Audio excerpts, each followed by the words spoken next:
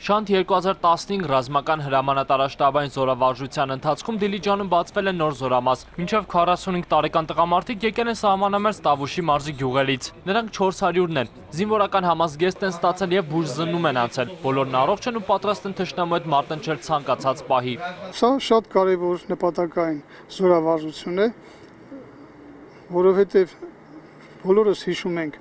զինվորական գործը, զինվորական կյանքը, հարստացնում ենք մեր զինվորական գիտելիքները եւ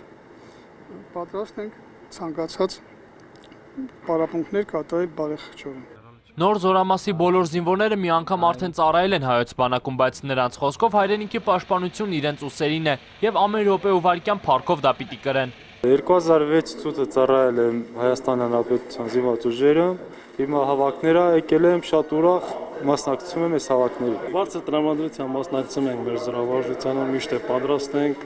պաշտպանել մեր հայրենիքը։ Զորավարժությունն անցկացվում էր գեներալ Կամո Քոչունցի հսկողության տակ, իսկ առաջին հայացքից այս առողջարանը պատերազմի ժամանակ պատրաստ է ընդունել Տավուշի մարզի տարհանված բնակիչներին։ Լեռնային Հայաստան առողջարանը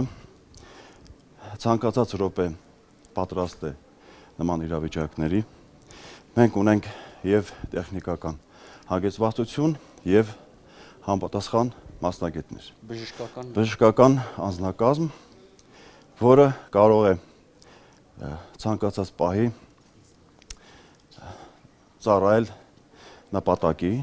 Պատերազմի ժամանակ վիրավորված քաղաքացիներն առողջարանում ստանում են առաջին բուժօգնություն։ Նախնական ախտորոշման հոսպիտալից էլ վիրավորները տեղափոխվում են մոտակա հիվանդանոց։ Այսպիսով սահմանամերձ Տավուշի մարզը ավելի է ուժեղանում։ Արամ Արարատյան, Արթուր Սուքիասյան, Էպիկենտրոն։